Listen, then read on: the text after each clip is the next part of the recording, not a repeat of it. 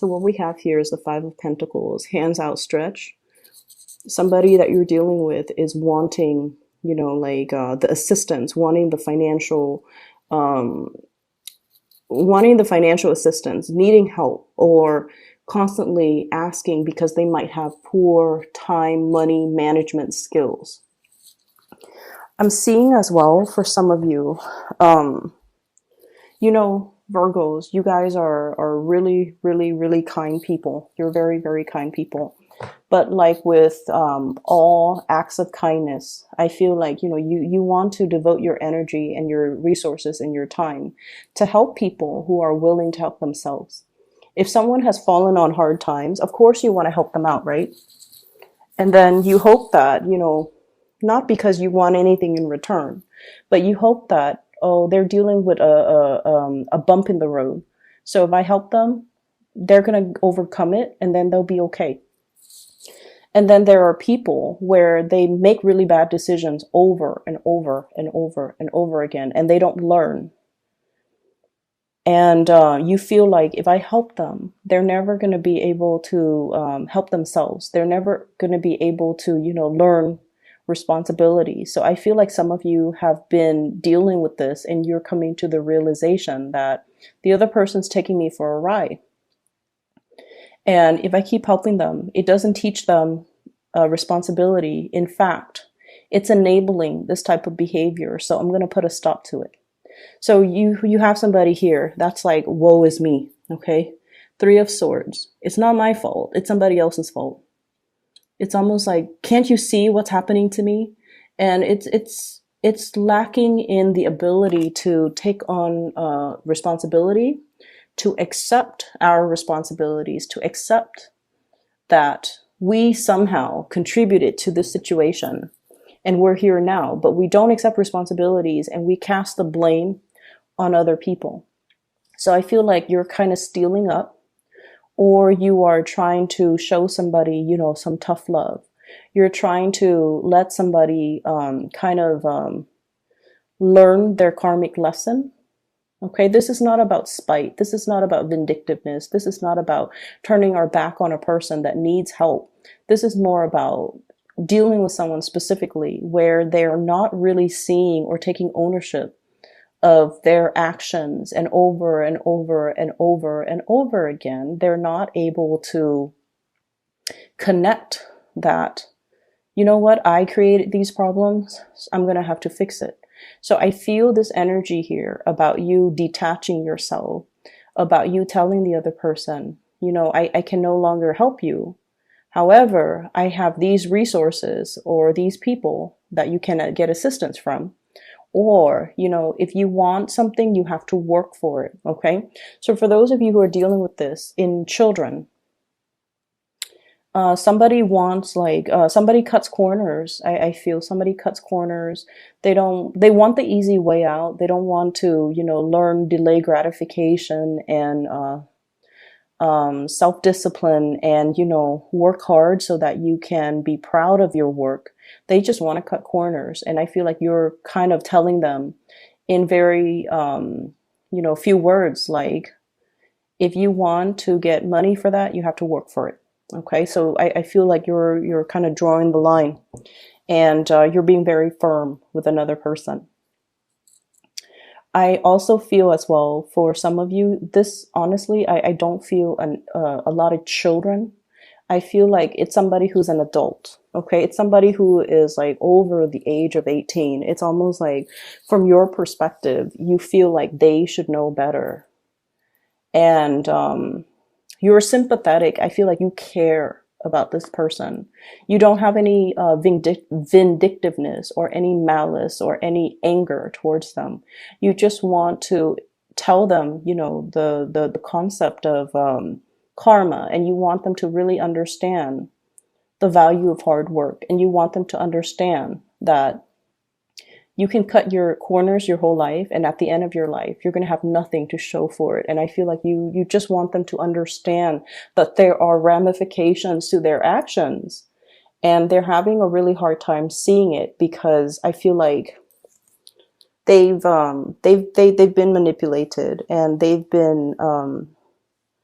They've been doing this with a lot of people, and they've gotten away with it because I feel like you're dealing with someone who's very slippery and very slick. Okay, like the world is there for my taking.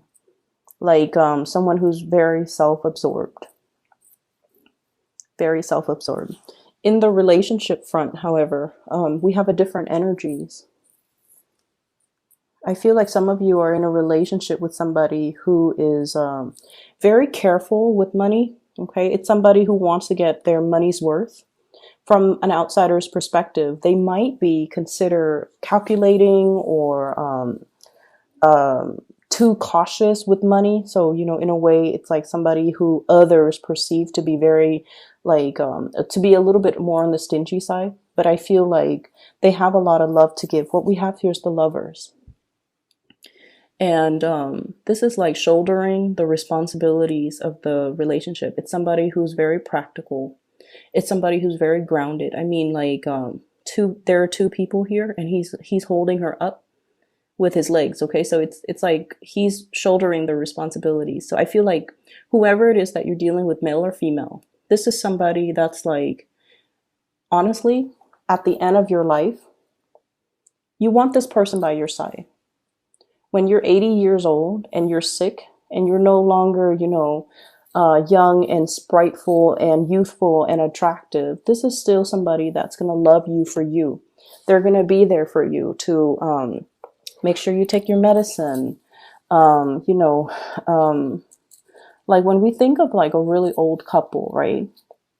And the physical attraction might or might not be still be there. And we think about, you know, declining health and whether or not we're going to be in our best shape. This is somebody that will be there for you through thick and thin, because that's just the way they are. So I feel like you have a partner, you have somebody that will be there for you through thick and thin. And some of you are cognizant of this fact as well. They might not be like the most romantic type of a person, but they're very stable, very loving, very nurturing.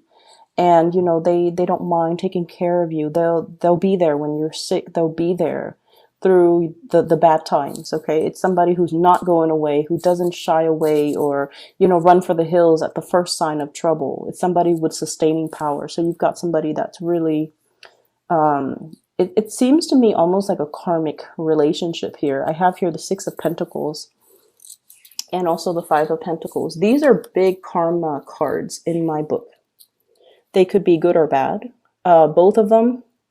Usually I think of karma as, you know, what you give out is what you get back. And both of these cards are falling out in this spread, 5 and 6, which basically means you have some good karma coming back to roost. And then if you're dealing with this karma from the other person who's not really learning responsibility, then I definitely feel like that might be associated with their energy. But aside from that, I feel like there might be a karmic relationship. It's somebody who, the two of you are learning a lot from one another. And I feel like, honestly, I feel like the other person, you know, Virgos, like I mentioned before, I feel like you're turning your back, right? And you're turning your back on opportunists. And I feel like many of you, when you're young, you guys, not that you're not sweet and adorable and, you know, very kind and loving, you still are all of these things. But I feel like in the process of going through life and dealing with very, very self-serving people and dealing with people who are like emotionally irrational, explosive, or just so self-absorbed, I feel like it has dampened your faith in humanity. That's what I'm sensing. So I feel like that sense of unconditional love, unconditional trust, that sense of childhood abandonment, I feel like it's life has taken a toll on you, where you're no longer naive and innocent and trusting and you know, giving your heart away. You're very selective about where you're giving your energy at this point that I'm reading for many of you guys. And I feel like the other person that's in your life, yes, they're calculating, yes, they're practical, yes, and all of these things. but they have like a calmness about them where they have a really good understanding of human character. They have a really good sense of, we're all humans. We make mistakes. This person might be an opportunist, but they probably grew up with a lot of people that were like that, and that's why they're like that. So this person is giving you a sense of wisdom. They're kind of broadening your worldview. They're able to show you kind of like another side of looking at a situation or looking at a person. And I feel like they're teaching you a lot about, generosity. Not so much financial generosity, although for some of you it could be, but they're teaching you about like the generosity of the spirit, okay? Which is, many of you are very hard on yourself, okay? You're perfectionistic. You beat yourself up when you do something wrong. And the thing is, when we're really hard on ourselves, we're also very hard on other people. Okay, right? So the other person that you're dealing with here, this is either a lover, a relationship partner, somebody you're interested in. I feel like they're very forgiving. They're very forgiving. They understand that we all have flaws. They understand that we don't always grow up in the best environment. And so hate the action of the person, but don't hate the person. And they're teaching you to not be so harsh. That's what I'm seeing. They're teaching you about that, spiritual generosity. Don't be so hard on other people because it's a reflection of how hard you are on yourself. Don't be too critical of other people because you are very critical of yourself. And, accept the flaws, accept that things are not always perfect, accept that we're human. And so I feel like there is a very uplifting situation happening here where somebody is showing you a different perspective, a different side of a situation. And I feel almost like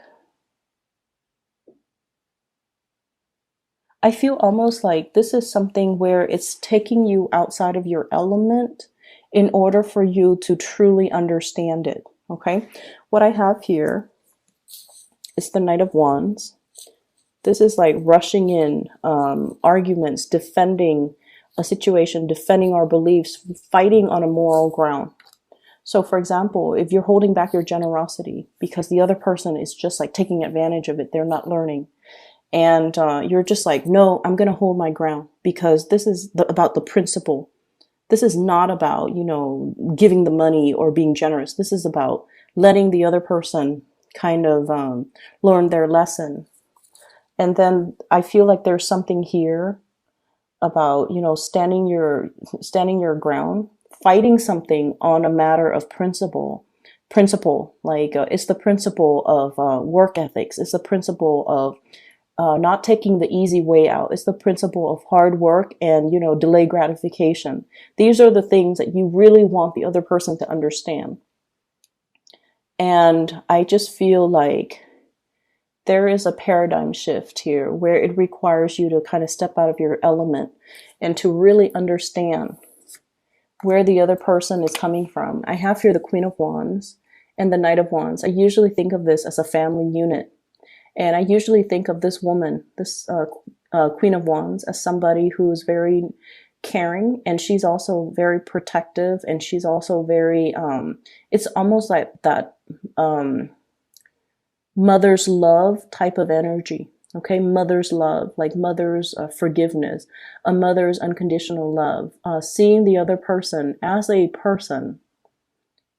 We can hate the trait in the other person, but we really shouldn't discredit the person. We really shouldn't discredit their humanity. So I feel like you're dealing with someone who's really, really changing your worldview. And we have the world as well. And they're teaching you a lot more about forgiveness. They're showing you to be more understanding. They're showing you to be more forgiving. And I feel like they're showing you to be all of these lessons that you're learning from the other person. They're showing you how to be kind of like less harsh when it comes to your judgment, because ultimately I feel like many of you are very hard on yourself as well. So I see like a little bit of a sleight of hand, and I see a situation where things are not what they seem. You're getting some major epiphanies. It's almost like this person is like this, but or under harsh conditions, they're like this. So I feel like you're seeing really, really good sides to people, okay? And I feel like there might be, it's almost like, whoa, I thought things were one way, but then now things are turning to be a different way. But I feel like it's a turn in a better direction, all right? Let me see if there's anything else. So what I have here is this King of Swords, and I want to see if this is the opportunist that you're dealing with or somebody else. Okay, give me just a moment.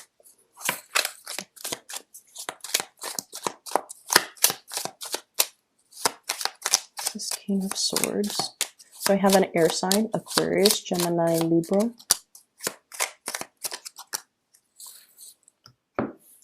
I feel like for some of you, there might have been a separation here. Three of Swords, King of Swords, with an air sign, Aquarius, Gemini, and Libra. And I feel like they're thinking about you. They're wondering about you. And they're just like, do you miss me? Does the Virgo person miss me? Are they okay? What are they up to? Do they not see me trying to reach out? Have they, especially if they have been sending you messages, they feel very, very left out by you. For some of you, I feel like you have moved away from this person like once and for all. And, you know, you are really trying to block communication. You're trying to block solicitation from this person. Reaching out, getting blocked. Okay. So I feel like you're trying to block communication and solicitation from this person. So Aquarius, Gemini, and Libra. And I almost see this sense of like, I've learned who you are. I know who you are, and I've moved on. Okay, so there's a very strong sense of finality associated with this. That is all I have for you here, Virgos. I'm sorry, I'm blanking out. What I do feel, one last thing is, I feel like there's a situation where, you know, if someone has already revealed their true character, I feel like it's already, you know, it's like cracking that egg, right? Cracking that egg. It's already cracked.